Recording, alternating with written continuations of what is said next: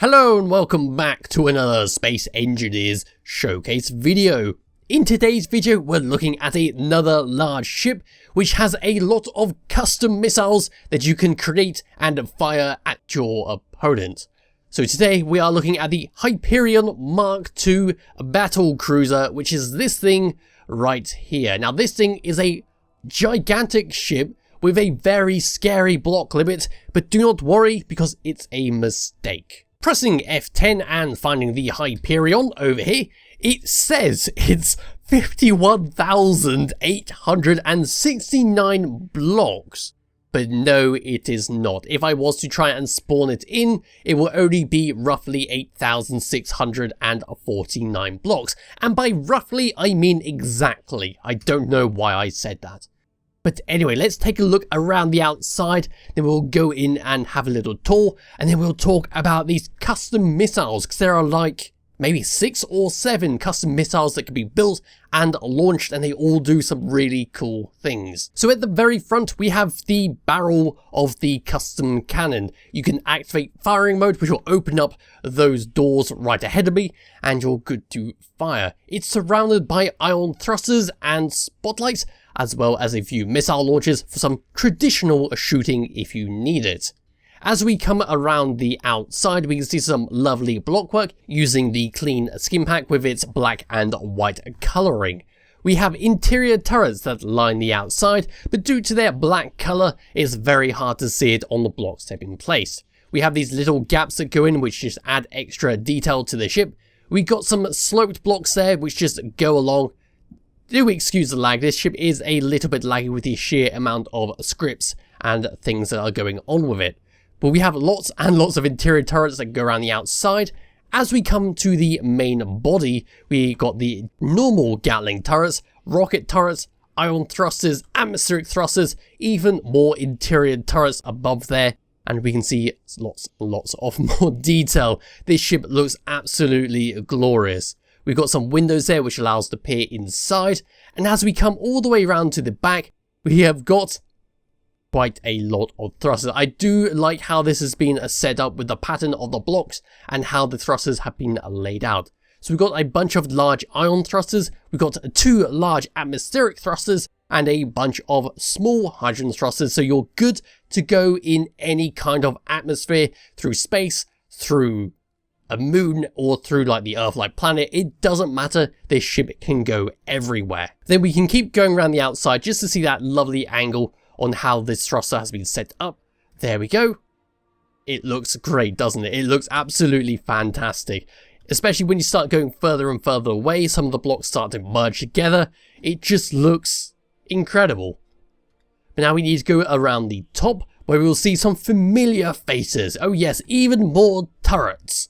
So we can see there, we've got rocket turrets, Gatling turrets. We'll probably see some more interior turrets. But we do have these lovely little blocks that stick out with some blue LCD corner blocks, just for some added decoration. We have a hangar door here, which is how we're going to put a small ship in and out. We've got a button panel there to control it from the outside. This button here will open it up. One button for the airlock and another button for the lights.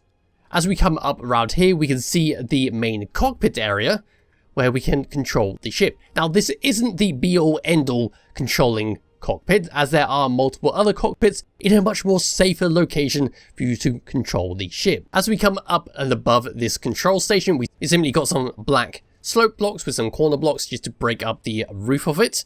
Then as we come to the very back, even more turrets, even more ion thrusters, and me standing at the very end. Dropping down and coming underneath, let's just come all the way down. Here we go, and just tilt the camera around. We can see, guess what? More turrets. But underneath here, we've got some welders. Yes, we got some merge blocks and some welders. This is for one of the custom missiles, where they'll be created here and are launched automatically at your enemies. We have a laser antenna sitting there, and as we go further back, we've got even more turrets. We can see some atmospheric thrusters, some more hydrogen, in fact lots and lots of hydrogen thrusters, look at how many are on here, and even more ion thrusters to boot. We've got these little hangar doors which cannot be opened normally. These are the escape pod doors where you need to actually get into the escape pod for them to activate and launch yourself out. As we go above it, more thrusters, yes, lots and lots of thrusters on this thing. If you ever needed a ship with a lot of thrusters, this is the one to be using. We've got a connector there and some more welders. This is for the decoy system. And as we go further back, we've got two doors there, which are an alternative way in. We've got some landing gear, which is quite riskily placed level with other blocks. And towards the thruster there, we can see just that little bit of detail and a small camera for you to view backwards. And that is it for the outside. So now it's time to take control of my character and head on in. So the way we get into this is by coming to where the cockpit is right there and dropping down a little bit, ignoring all the lag spikes, which are very, very annoying. You can just drop here, drop down, and then we got a button. This button is for the airlock, but we do not need to touch it. We can simply open up the door. It will automatically close. We're greeted by an interior turret, so if you were an enemy, it would just blast you to hell. We've got a hangar door here, which is for a emergency shielding, where it will just cover up that window and make you extra protected in here. Got some buttons for the light for changing the airlocks and all that, but you don't need to touch it. You can just open up the door and it will handle it automatically. Now we are on the interior, where we have two interior turrets in there to blast any enemies to get this far. Some DLC chairs, because it does use the first DLC pack. And we've got some signs, lots of directional signs everywhere, so you can never get lost. And we got another sign over here, which is the security checkpoint. Identification is mandatory.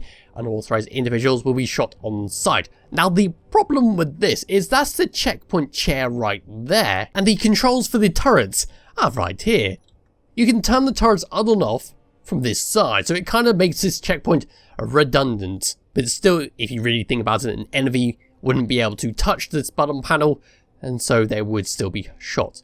But where do we go from here? During my little test run, I found it was a good idea to go backwards first. So we're going to go through this area here. We have a doorway where we can then access the lights which control this room over here and the checkpoint chair. But then we can come outside and go over here. So that way goes to the level 2 access, and this way goes to some more fun stuff. I'm not going to go and touch all the button panels because they are there just to control the lights. So on our left, we have the armory. Open it up. Guess what? We see the armory blocks from the first DLC pack and some of the lockers. We even have some armory inventory where it tells you how many rifles and stuff is in there and how much ammunition has been stored. Turning around and opening the door, we can go straight across to the cafeteria where we have the DLC table that's all been set up. We've got a button for the light, some locker, the kitchen with the little microwave, and behind here we got some chairs with a TV. This TV is on the space tubes where Rob the Lazy Cat channel is being played, and we have a cat there which is sleeping. Nothing much is going on the other channel, channel 7, because it has no signal. On the opposite side we have a slightly different story. We have the holding cells. So opening up this door, we have a singular holding cell for you to store one criminal in. They get a toilet, they get a bed, they get an air vent, everything they need to survive, and a chair on the outside for a watchable person to just make sure they don't try and escape. Coming back and all the way through, let's just go on this side here. I got distracted there, where we have another panel. So we've got engineering, escape pods, and the computer complex through that door. And as we come along there, we've got the hangar access and the fast access to level 2. So we can use our jetpack here and just access the secondary level if you want to get there fast, but we can go up the steps a little bit later on. Going through that door, we have another little chair where we just sit there and watch all the ships coming in and out, and we've got a button panel for the airlock, but once again, do not need to touch it. Opening up the door, you can just come down to here, where we have a few options here. We have the hangar lights, we have the regenerative plating, where if we activate it, I'm not actually sure what happens with that button, it just creates a flash. We then have the hangar doors, which will then open up to allow the ship to enter the area. And then we have the hangar air vents to turn them on and off. We do have two little connectors there with glass on top. And then we have the regenerator plating active. Keep distance from the grey plates. This process might take 30 seconds. Okay. Then we can open up this door. Come through to the reactive bay, where we have all the power, all the batteries, the jump drives, and everything else you need. So let's just open up this door. We can come past the jump drives. There are the reactors, and a blank button panel. We can then drop down here, which will take us to some cargo containers, and all the batteries. We even have a small bed here, if you want a little stowaway to be on your ship. We can come across to here, where we have a button panel for the doors to open and close, and the lights, so that will close up and keep you nice and protected. Coming down, back up the slope. These very dangerous steps here, you could easily break your leg. Coming through, opposite side, we'll have the batteries, jump drives and all that for the opposite side. There we go, exactly the same. And then through this door, we can just drop down and access the engineering bay. Now the engineering area is also connected up to another place which we'll come to a little bit later on. We have some buttons for the lights. We can come down here, which will give us the second exit. So going over to here, this is where we could enter the ship, which I showed beforehand, which is on the bottom of the ship. Opening up the doors and coming through, we can go past here. We can close them up if we wanted some nice protection. And we just see all the refineries, all the assemblers and everything else that is needed to make a ship function in the long run. There's the hydrogen tank, another little cargo container up there. And we can keep going to the computer complex, which is just over there, but I'll come back to that a little bit later on. So let's just come back around, up these steps, and go back to the level we were on. So through here, we are now back in the hangar bay. Going through the hangar bay once again, we go past the glass, through here, ignoring all the lag, wait for the airlock, there we go, and now we're back here. So now that we're back here, it's time to go across to the opposite side, just to see the rooms that I have missed. Which I haven't, we've done the holding cell, jolly good stuff. So now it's time to come over to here, and drop down. This will take us back to where we just were. So straight ahead is the computer room where all the timer blocks are being done, where our programmable blocks are being held. We have some of the door scripts, we have the floor plan scripts. One of the other scripts I can't remember straight off the top of my head, but I'll find it eventually. There we go, there is the floor plan script. And then coming back through here, that's basically it. We can then drop down, minding all the gyroscopes everywhere, past the gravity generator. We can then come to the escape pod airlock. Wait for the airlock. And here we are at the escape pod. So these ships are placed behind those hangar doors that could not be opened, and we have some instructions. So the escape pod instructions are as followed. Pilots must board the pod by the white cockpits. Passengers must board by the black cockpits. Press 1 to enable the cockpit systems, and release. 4 is to escape.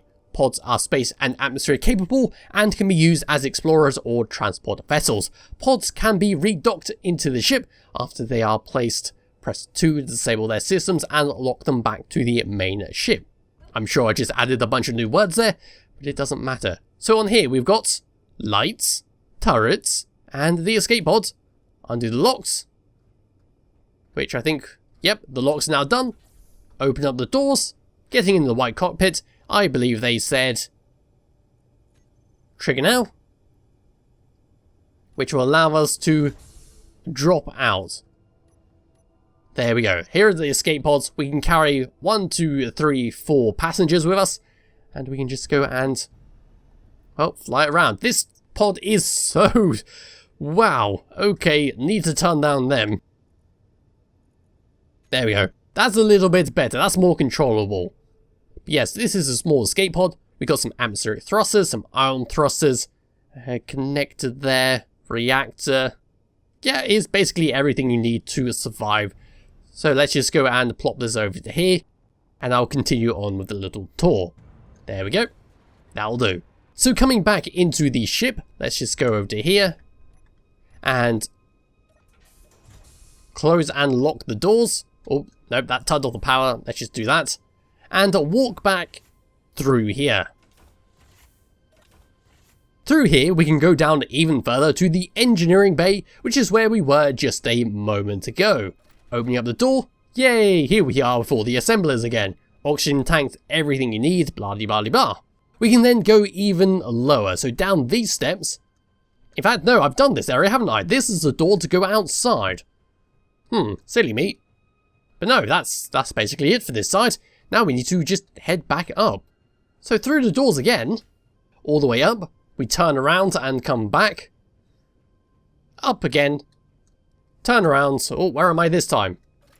Oh yes, I remember now. It's quite easy to get lost. We need to come back to the door that we entered in, which is right here. So we have another way up where these LCD screens were pointing to level 2. Going up these steps, we then come to the turbofan cannon maintenance airlock. Now opening up these doors and going through, we have a warning sign. It says, warning, moving parts, maintenance only. Cannon access towards the end, jetpack is strongly advised. Well, I'm not one to take advice from a sign, so we're just going to walk across this and hope for the best. We do have some doors there. Hello, doors. In fact, what is through here? Oh, they are the beds. Yes, we could just jetpack on, hop onto here, just walk across these fans. I'm sure this is fine. Not going to get my feet all chewed up. Then we can walk across to here, activate my lights, and we can now see the cannon access, which is down here. So this is at the very front of the ship. We have lots of welders, we've got lots of gravity generators, conveyors and all that, which are going to be used to create our missiles to fire at our enemies. Now we need to come back through here, scoot along a bit. No need to talk about anything else that's through here. There we go. Drop down, open up the doors, do the airlocks once again. And we've got some more ways to go. We have the planning room, which I do like. It's the DLC table, lots of glass around it, the projectors all the way around for you to have your meeting. Coming back through. And all the way around, we have another door to access the opposite side of the turbofan and the cannons. And we've got a little digital clock to our left, a chair to look out on the side, button panels over here to control the lights, and of course the hangar doors everywhere for your protection. And we can keep going across. There's a gun. And we can access the fast access to level 1, which is what we saw at near the start of the video basically. Next thing is to go up these steps here, which is where we get to the control bay. So we've got steps that go down to the opposite side. Going back up, opening the door, we can come to the main control room where we have the lights. We have the shields, which is the hangar doors, battle mode to activate and disable battle mode. Battle mode just makes the lights flash red, we get the alarm sounds, informing everyone that we're ready to battle. Let's just turn that off, and let the hangar doors open up again. I've got lots of chairs going around the outside. The chairs don't really do anything, except this one over here, where we can see the Artificial Horizon mod, and the controls for the cockpit.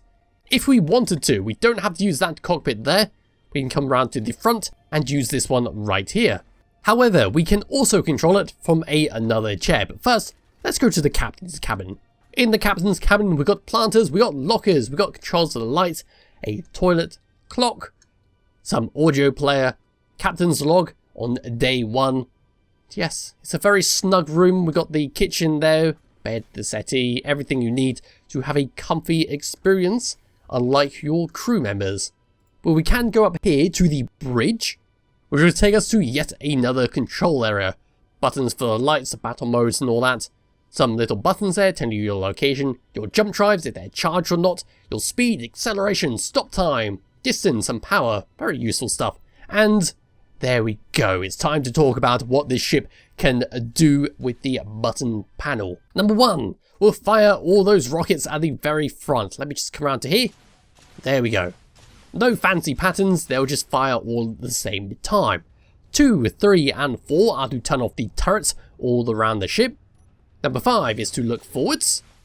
There we go. Number 6 is to launch the guided missile. So if I take my free camera and bring it back round to the front, here we go, and press number 6, they'll start welding up these little missiles and then launch them. There goes number 1. He launches off. And number 2 will follow it. There she goes. And they'll go off and find the enemies and blow them up. Number 7 is for the decoy launcher, which is towards the back of the ship. So there are the decoys being built, and they'll just drop down. There we go. It will always finish off the decoy and launch them even if you turn it off, so you just have to make sure that you're not wasting too much resources doing that. Number 8 and number 9 are to turn off the hydrogen thrusters, and as we come to tab number 2, we don't really need to talk about too much on here. We've got controls for the jump drive, the antennas, the connectors, and the landing gear. Number 3 is where some more fun happens. Now I have to keep bringing up the tab because there's a lot going on here. We have the gravity drive, a button to accelerate, and a button to reverse. So if I was to turn it on, this ship will start moving, going backwards. We can reverse it, going forwards and all that. Oopsie, I hit something. Ignore that. I'm sure that's fine. Number 7 is a camera for the back, which is all good. Nope, there goes that little ship. And number 8 and number 9 is to disable or enable battle mode. Number 4 is where the magic happens. So, pressing number 1 will open up the hangar doors. Pressing number 2 will give you an inside view of the cannon. And then number 3, 4, 5, 6, 7, 8, and 9 are all the missiles you can build, and they're all slightly different. We have got fire the standard beam, so let's do that right now. It shall build a blue block and launch it at your enemy. Number 4 is to fire the hard spike. Let's build that. Boosh. It fires a very pointy block at your enemy. Number 5 is the flak shrapnel. Building that. There we go. It just launches a bunch of blocks at your enemies. It probably has warheads on it, but it moves too fast to actually see it. Number 6 is the bomblets. So let's get it like that. There are the warheads, and boosh, it just fires a bunch of them at your opponent. We then have number 7, which is one of my favourites, the Spitfire torpedo.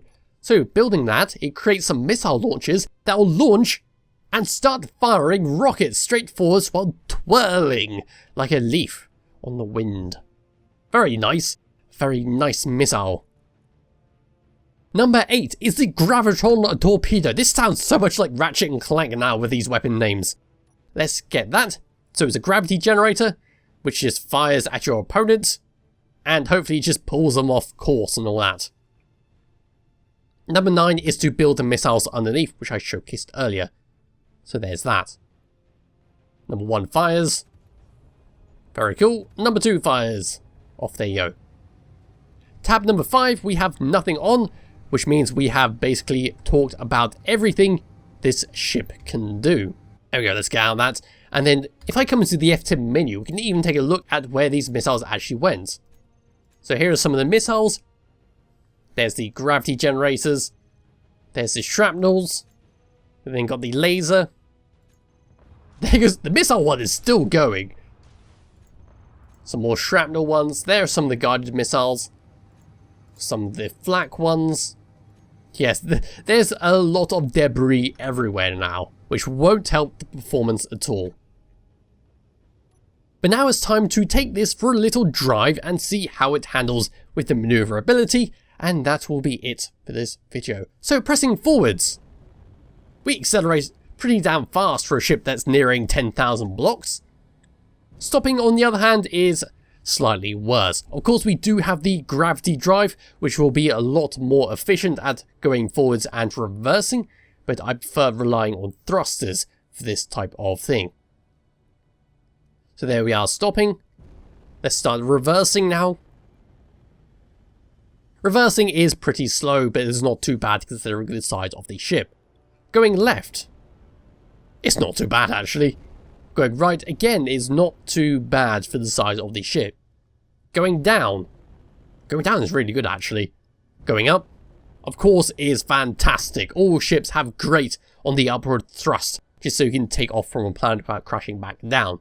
And of course, wiggling my mouse around, it's very slow. It's quite hard to actually turn this thing all the way around. So there is that to bear in mind. A very chunky ship to be using.